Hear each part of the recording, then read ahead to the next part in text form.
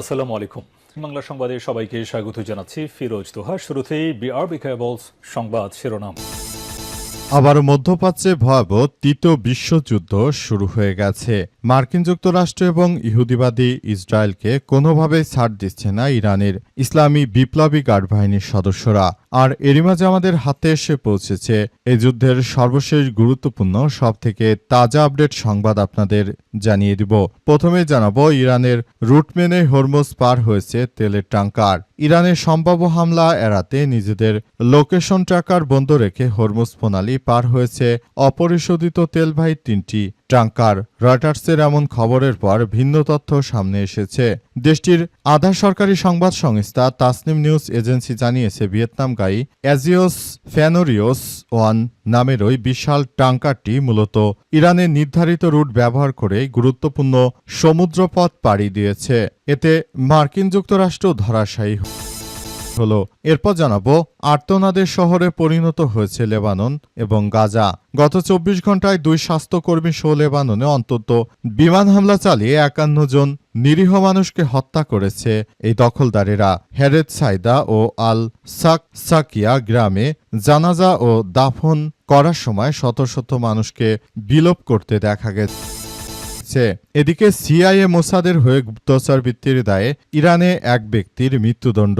যুক্তরাষ্ট্রের কেন্দ্রীয় গোয়েন্দা সংস্থা সিআইএ ও ইসরায়েলের গোয়েন্দা সংস্থা মোসাদের হয়ে গুপ্তচর বৃত্তির অভিযোগে ইরানে অভিযুক্ত এক ব্যক্তির মৃত্যুদণ্ড কার্যকর করা হয়েছে। দেশটির রাষ্ট্রোচ্চ সংবাদ সংস্থা মেহের নিউজ এজেন্সি এই তথ্য নিশ্চিত করেছে।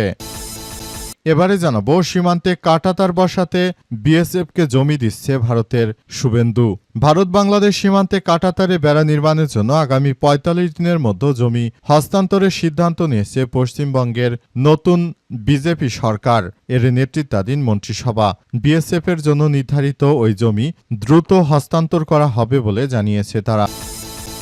এবং সর্বশেষ জানাবো দুর্নীতি সন্ত্রাসকে রাজনৈতিক পরিচয় নয় ব্যক্তি হিসেবে বিবেচনা করুন বললেন প্রধানমন্ত্রী ও বিএনপি চেয়ারম্যান তারেক রহমান বলেছেন, সরকার পুলিশ বাহিনীকে এমন রূপ দিতে চায় যা হবে সত্যিকারের জনবান্ধব। পুলিশ প্রশাসন হল সরকারের আয়না। দুর্নীতি সন্ত্রাসের ঘটনাকে রাজনৈতিক পরিচয় নয় বরং ব্যক্তি হিসেবে বিবেচনা করতে হবে। প্রিয় দর্শক, এতক্ষণ শুনছিলেন সংবাদ শিরোনাম, এবারে বিস্তারিত। তবে তার আগে বন্ধুরা অনুরোধ থাকবে এই সংবাদটিতে একটি লাইক দিন। এই চ্যানেলে আপনি নতুন হয়ে থাকলে আমাদের সংবাদটি দেখতে দেখতে চ্যানেলটি সাবস্ক্রাইব করে রাখুন। কমেন্ট করে বন্ধুরা আপনার মূল্যবান মতামত জানিয়ে দিন আপনি বিশ্বের কোন দেশ থেকে বা বাংলাদেশের কোন স্থান থেকে আমাদের সংবাদটি দেখছেন এবং শুনছেন। আর বন্ধুরা সংবাদটি আপনার সোশ্যাল মিডিয়া ফেসবুকে শেয়ার করে বন্ধুদেরও দেখার সুযোগ করে দিন। গাজা যুদ্ধে আপনি যদি নিরীহ ফিলিস্তিনিদের ভালোবেসে থাকেন কমেন্টে ইয়েস লিখে পুরো বিশ্বকে আমাদের এই সংবাদটি দেখার সুযোগ করে দিন। এবারে বিস্তারিত। ইরানের রুট মেনে হরমুজ পার হয়েছে তেলের ট্যাঙ্কার। ইরানের সম্ভাব্য হামলা এড়াতে নিজেদের লোকেশন ট্র্যাকার বন্ধ রেখে হরমুজ প্রণালী পার হয়েছে অপরিশোধিত তেলবাহী 3টি ট্যাঙ্কার। রয়টার্সের এমন খবরের পর ভিন্ন তথ্য জানালো ইরান। দেশটির আধা সরকারি সংবাদ সংস্থা তাসনিম নিউজ এজেন্সি জানিয়েছে যে ভিয়েতনামগামী অ্যাজিওস ফ্যানোরিওস 1 নামের বিশালকার ট্যাঙ্কারটি মূলত ইরানের নির্ধারিত রুট ব্যবহার করে গুরুত্বপূর্ণ সমুদ্রপথ পাড়ি দিয়েছে। তাসনিম নিউজের বলা হয়েছে যে মাল্টার পতাকাবাহী ওই জাহাজটি ইরাকি অপরিশোধিত তেল রয়েছে।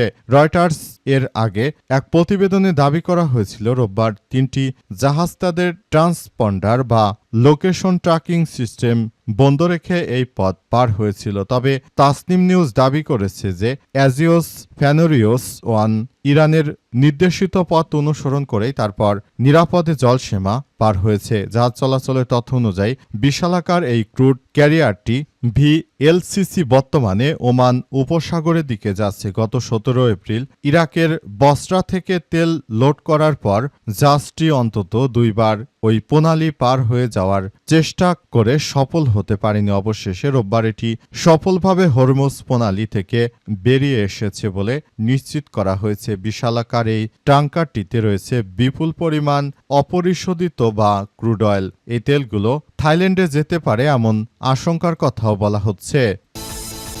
আর্তনাদের শহরে পরিণত হয়েছে লেবানন এবং গাজা।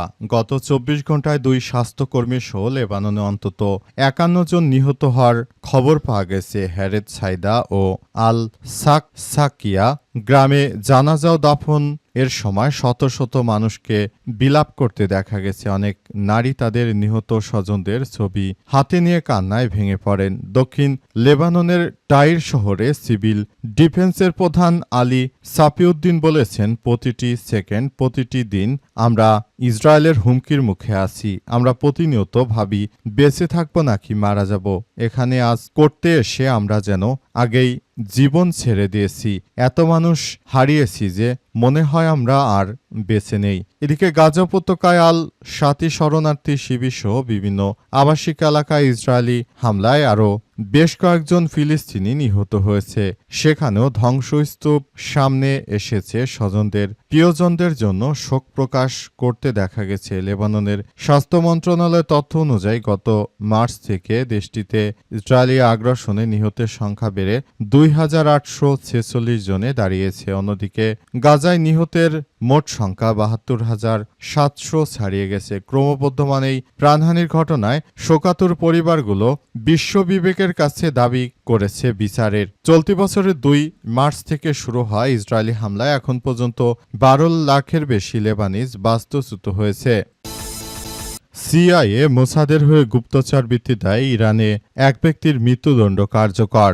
যুক্তরাষ্ট্রের কেন্দ্রীয় গোয়েন্দা সংস্থা সিআইএ এবং ইসরায়েলের গোয়েন্দা সংস্থা মোসাদের হয়ে গুপ্তচর বৃত্তির অভিযোগে ইরানে অভিযুক্ত এক ব্যক্তির মৃত্যুদণ্ড কার্যকর করা হয়েছে। দেশটির স্বরাষ্ট্র মন্ত্রণালয়ের পক্ষ থেকে সব তথ্য নিশ্চিত করা হয়েছে। সেখানে আরও বলা হয়েছে যে বর্তমানে এই পরিস্থিতির মধ্যে সবাইকে আরও বেশি সচেতন থাকতে হবে। কেউ যদি মনে করে এই ধরনের কার্যক্রম তারা চালিয়ে সফল হবে, তাহলে সেটি কোনোভাবেই গ্রহণযোগ্য হতে পারে না। পুরো মধ্যপ্রাচ্য জুড়ে মার্কিন যুক্তরাষ্ট্র এবং দখলদার ইসরায়েলি বাহিনী তারা শুরু থেকে যে সব সন্ত্রাসী কার্যক্রমগুলো চালিয়ে যাচ্ছিল সেগুলো সবার জন্য খুবই ভয়াবহ কিছু বয়ে এনেছিল। তবে ইরান যখনই এদেরকে প্রতিহত করতে শুরু করে তখন থেকেই মার্কিন যুক্তরাষ্ট্র এবং দখলদারেরা চরমভাবে ফেঁসে গেছে। তারা এখন চাইলেও ইরানের বিরুদ্ধে কোনো সন্ত্রাসী কার্যক্রম চালাতে পারছে না। পুরোপুরি তারা পরিস্থিতি থেকে ফেঁসে গেছে এবং মধ্যপ্রাচ্য জুড়ে মার্কিন যুক্তরাষ্ট্র এবং দখলদার ইসরায়েলি বাহিনীর এই সন্ত্রাসী কার্যক্রমগুলো কোনোভাবেই মেনে নেওয়া হবে না বলে ইরানের পক্ষ থেকে আরও নিশ্চিত করা হয়েছে এবং আরও জানানো হয়েছে বর্তমান সময় ইতিহাসের সব থেকে এক ভয়াবহ বিপর্যয়ের মধ্যে রয়েছে আমরা। তাই নতুন করে সবাইকে এখনই এইসব বিষয়গুলো নিয়ে খুবই সতর্ক অবস্থানে থাকতে হবে। সবাইকে বলতে চাই যার যার জায়গা থেকে এই পরিস্থিতি মোকাবেলা করার জন্য এগিয়ে আসতে হবে বলে এমন তথ্য সামনে এসেছে। গাজা যুদ্ধে নিরীহ ফিলিস্তিনি এবং লেবাননের নিরীহ মানুষজনের প্রতি সমবেদনা জানিয়ে ইরান এই আক্রমণ চালিয়ে যাচ্ছে বলে ইরানের পক্ষ থেকে নিশ্চিত করা হয়েছে। বর্তমান সময়ে জায়নবাদীদের বিরুদ্ধে তাই ইতিহাসের সব থেকে ভয়াবহ হামলা অব্যাহত থাকবে বলে এমন তথ্য নিশ্চিত করা হয়েছে। সীমান্তে কাঁটাতারের বেড়া বসাতে বিএসএফকে জমি দিচ্ছে শুভেন্দুর সরকার। ভারত বাংলাদেশ সীমান্তে কাঁটাতারে বেড়া নির্মাণের জন্য আগামী ৪৫ দিনের মধ্যে জমি হস্তান্তরের সিদ্ধান্ত নিয়েছে পশ্চিমবঙ্গের নতুন বিজেপির নেতৃত্বাধীন মন্ত্রিসভা ও বিএসএফ। এজন্য নির্ধারিত ওই জমি দ্রুত হস্তান্তরের মাধ্যমে সীমান্তে নিরাপত্তা ও অবকাঠামো উন্নয়নের কাজ এগিয়ে নেওয়ার পরিকল্পনা করা হচ্ছে। সাংবাদিকদের মুখ্যমন্ত্রী শুভেন্দু অধিকারী জানান, নতুন সরকার ডাবল ইঞ্জিন মডেলের দলমত নির্বিশেষে সবার জন্য কাজ করবে। তিনি আরও জানান, সীমান্ত নিরাপত্তা জোরদার বিএসএফকে প্রয়োজনীয় ৪৫ দিনের মধ্যে হস্তান্তরের নির্দেশ দেওয়া হয়েছে। এজন্য ভূমি ও রাজস্ব সচিব এবং মুখ্য সচিবকে দায়িত্ব দেওয়া হয়েছে। এর আগে বহুবার ভারতের প্রধানমন্ত্রী নরেন্দ্র মোদী এবং স্বরাষ্ট্রমন্ত্রী অমিত শাহের মুখে সীমান্তে বিএসএফকে জমি দেওয়ার প্রসঙ্গ নিয়ে মমতা সরকারের বিরুদ্ধে অভিযোগ শোনা গিয়েছে। এবার পশ্চিমবঙ্গের ক্ষমতা আসার পর থেকে মন্ত্রিসভার প্রথম বৈঠকেই সিদ্ধান্তের বিষয়ে বড় সিদ্ধান্ত নিয়েছে মুখ্যমন্ত্রী। অন্যরা ৪৫ দিনের মধ্যে বিএসএফকে প্রয়োজনীয় জমি হস্তান্তর করবে বলে এমন তথ্য সামনে এসেছে এবং জানা যাচ্ছে যে এই জমি দিয়ে তারপর পুরোপুরি তারা এই বিষয়গুলোকে দেখভাল করছে বলে এমন তথ্য জানিয়েছে শুভেন্দুর সরকার। শুভেন্দু ক্ষমতা আসার পর থেকেই বিশেষ করে মিয়া মুসলিম অর্থাৎ মুসলমানদের উপর অত্যাচারের মাত্রা বাড়িয়ে দিয়েছে সন্ত্রাসী শুভেন্দু যখনই দায়িত্ব গ্রহণ করলো তখন থেকেই মুসলিমদের উপর সবথেকে বেশি অত্যাচার করা হচ্ছে। এই শুভেন্দুর কারণে মূলত মুসলমানরাই পশ্চিমবঙ্গে সবথেকে বেশি অবহেলিত একটি জনগোষ্ঠীতে পরিণত হয়েছে।